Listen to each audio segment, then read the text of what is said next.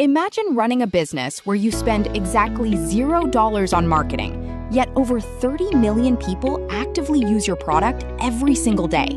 In the hyper-competitive tech world, companies burn billions of dollars in venture capital just to acquire a user base.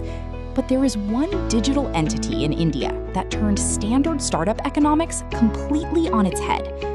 Welcome to the Indian Railway Catering and Tourism Corporation, better known as IRCTC. While it looks like a standard government website from the outside, beneath the surface lies one of the most efficient, cash-generative, and absolute monopolies in the global travel industry.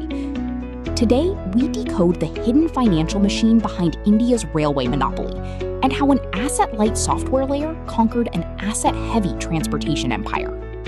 To understand why IRCTC is a financial powerhouse today, we have to travel back to the chaos of the late 1990s.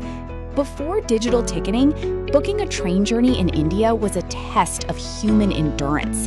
Millions of travelers had to stand in claustrophobic serpentine queues for hours at physical ticketing counters. If you wanted food on a long-haul journey, you were forced to play a high-risk lottery with unhygienic local platform vendors. The system was breaking under its own weight. So in 1999, the Ministry of Railways made a brilliant structural move. They legally isolated the digital billing counter from the heavy infrastructure. They kept the tracks, engines, and liabilities on their own books and handed the digital wallet and passenger hospitality to a brand new entity. When IRCTC launched its website in 2002, it booked just 29 tickets on day one. Today, it processes that same amount in less than a fraction of a second. When analyzing a business, investors look for a moat, a competitive advantage that protects a company from rivals. IRCTC doesn't just have a moat, it has a statutory fortress protected by federal law. In standard tech markets, if your app is slow, a competitor eats your market share. But with IRCTC, competing is legally impossible. They hold a state-enforced monopoly over online rail bookings, onboard catering, and packaged drinking water across the entire country. Even prominent online travel giants like Make My Trip or Ixigo aren't actually competitors, they are B2B clients. Every time a private app sells a train ticket, they must query IRCTC's backend database, paying them processing fees, API integration costs, and annual maintenance charges. IRCTC sits at the absolute center of Indian transit, collecting a toll from every player who dares to enter the ecosystem. Let's look into the true engine of IRCTC's profitability, its internet ticketing division.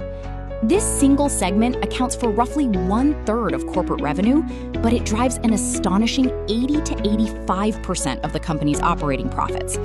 How? Because it is an asset-light software platform with zero inventory risk.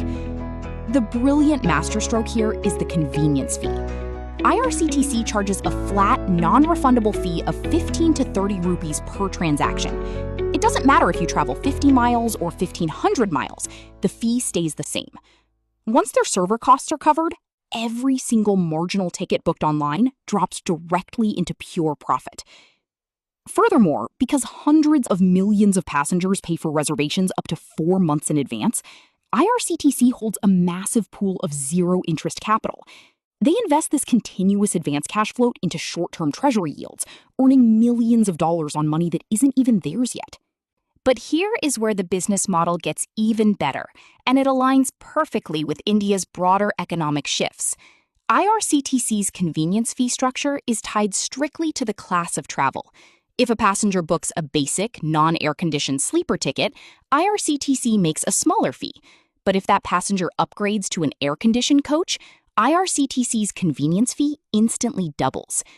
As the Indian government aggressively modernizes its fleet and replaces aging trains with premium high-speed networks like the Vande Bharat Expresses, passengers are naturally migrating to higher-paying tiers. IRCTC is riding a massive macroeconomic wave of premiumization. Without spending a single rupee on building new tracks or buying faster trains, their profit margins expand automatically, simply because the infrastructure around them is leveling up. Now, let's look at the most logistically intense part of the business, feeding a nation on the move. IRCTC's catering business handles hundreds of thousands of meals daily, but the economics here are vastly different from ticketing. This is a low-margin, high-volume operation, where margins are tightly capped between 10 and 13%. Because the government regulates menu prices to protect ordinary citizens, IRCTC cannot easily raise prices to offset food inflation. To counter this, they deployed a highly profitable hybrid model, e-catering. Through their mobile app, IRCTC opened up their trains to popular commercial food brands like Domino's, Subway, and Haldiram's. Instead of preparing the food themselves, IRCTC acts as an open marketplace, taking a high-margin 12 to 15% commission on every order, while third-party hyperlocals handle the delivery directly to the passenger's berth. Water is a fundamental human necessity, and on a hot, long-haul train ride, it is an absolute priority. Enter Rail Neer, IRCTC's proprietary packaged drinking water brand. Launched in 2003 to combat a dangerous black market of counterfeit, unsafe tap water at remote stations, Rail Neer has become a formidable commercial asset. By regulatory decree, no other water brand can be sold on a train or a railway platform if Rail Neer is available. IRCTC operates over 15 automated bottling plants near major transit hubs to maintain this supply line. The fascinating part? Demand is so massive that IRCTC can only fulfill a portion of the total daily consumption across the country. They sell every single drop they manufacture instantly, operating with zero inventory lag, a zero-day collection cycle, and zero marketing spend. It is a highly reliable, liquid cash machine. Beyond daily commuting, IRCTC has quietly unlocked one of the most culturally resilient markets in India, religious tourism. Spiritual pilgrimages are deeply embedded in the country's social fabric, and they remain completely immune to economic recessions. IRCTC captures this massive demand through its specialized tourism wing, operating dedicated, theme-based tour circuits under the Bharat Gaurav banner. They bundle train travel, hotel bookings, meals, and sightseeing into seamless end-to-end itineraries. By utilizing older, non-operational railway assets and transforming them into dedicated tourist rakes, IRCTC achieves incredible capital efficiency. They cater to everything from budget-conscious mass pilgrimages to ultra-luxury experiential cruises like the Maharajas Express, turning India's deep spiritual heritage into a highly scalable commercial division. When you put all these segments together, the financial results are staggering. In a traditional business model, scaling up requires massive capital investments.